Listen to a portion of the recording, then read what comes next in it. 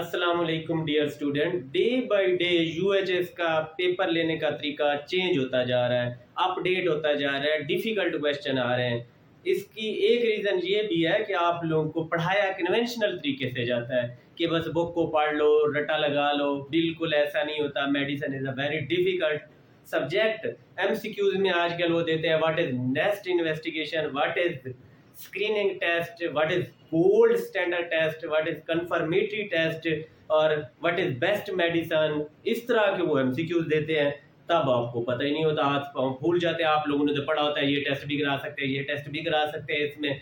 अब वो तरीका नहीं रहा। अब वो एग्जाम तरीका नहीं है कि write a note on asthma, इस तरह का नहीं आएगा आजकल।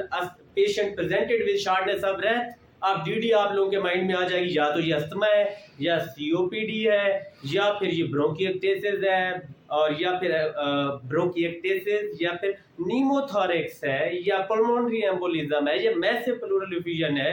तो ये मल्टीपल पल्मोनरी टीबी, मल्टीपल इसकी डीडी बन सकती हैं। तो आप कंफ्यूज हो जाते हैं, फिर पिक ही नहीं कर सकते क्योंकि आप लोगों को स्ट्राइकिंग पॉइंट नहीं आते। अगर आप स्ट्राइकिंग पॉइंट देख ले, हर डिजीज का एक स्ट्राइकिंग पॉइंट है, वही मैंने आप लोगों को बताना है।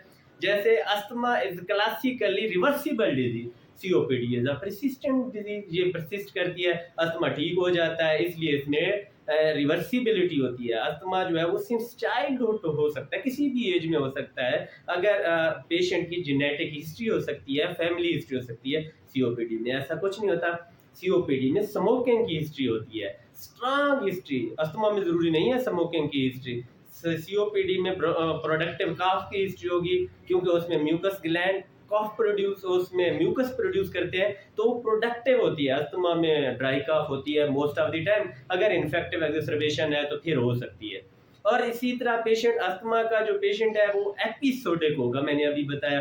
फिर डायर्नल वेरिएशंस होंगी, यानी कि डे टाइम मॉर्निंग में ज़्यादा सिम्टम आते हैं। और इसलिए पेशेंट सीजनल वेरिएशंस होती हैं कि एक पेशेंट कहता है मुझे एक ख़ास मौसम में, जैसे इसमें वेदर जो गर्मियों का मौसम है उसमें अस्थमा के अटैक ज़्यादा होते हैं या स्प्रिंग में, इसी तरह पेशेंट बताता है। तो आप इस तरह